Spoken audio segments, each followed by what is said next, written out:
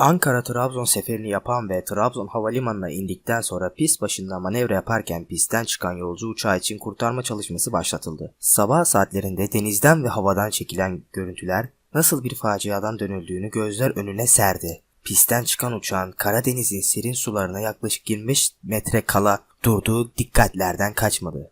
Öte yandan Trabzon Cumhuriyet Başsavcılığı'nın uçağın pistten çıkmasıyla ilgili soruşturma başlatıldığı öğrenildi.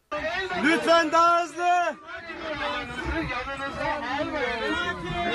Çok hızlı, sanırım sisten dolayı çok hızlı bir giriş yaptı. Yani uçak bayağı bir hızlı indi.